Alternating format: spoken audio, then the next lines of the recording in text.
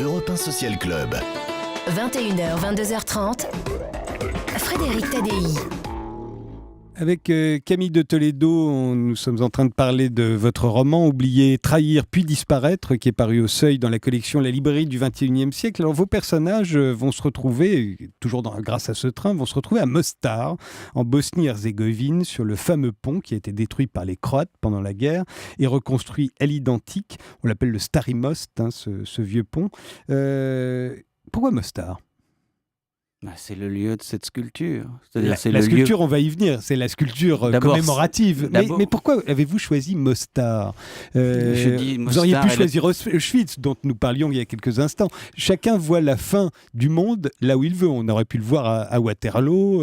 Mais pourquoi Mostar ? Le moment charnière, c'est plutôt, disons, d'une renaissance non souhaitée, sans doute. Mais c'est la fin d'un monde, c'est toujours l'histoire d'une renaissance. Ouais, ils ont reconstruit d'ailleurs à l'identique ce vieux pont. Cette reconstruction à l'identique du vieux, en dit long sur le zeitgeist, pour y revenir, le zeitgeist. Alors, pourquoi Mostar ? Parce qu'il y a cette sculpture, parce qu'elle est réelle, c'est documentaire. Vraiment. Alors cette pierre, ça n'est pas une invention, cette affaire. Ce serait là donc qu'ils ont décidé de poser la pierre du monde d'après.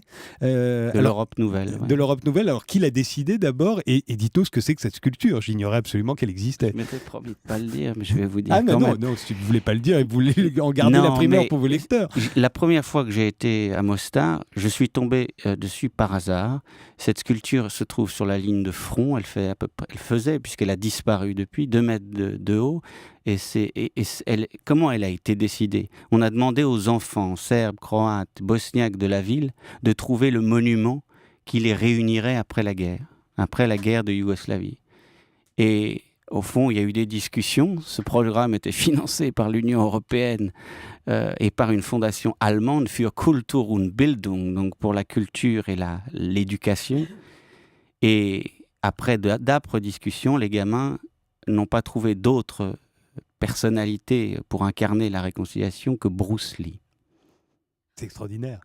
C'est pour moi véritablement, au sens propre, un lieu de mémoire extraordinaire, d'autant plus que la sculpture, après quelque temps, a disparu, puisque j'y suis retourné, elle n'était plus là. Et donc elle n'a pas été détruite, elle a littéralement disparu. Elle a disparu, et je me suis renseigné, et l'histoire est aussi dans le livre, en tout cas dans une note finale de où elle a disparu et comment elle a été... Mais que le seul lieu commun de l'Europe après la destruction, ce soit un bronze monumental de Bruce Lee, il y a quelque chose là qui est... En fait, d'ailleurs, je cite Kundera, la plaisanterie et la farce, le sens d'une immense farce, comme si, au fond, voilà, tout ce que l'on a compris,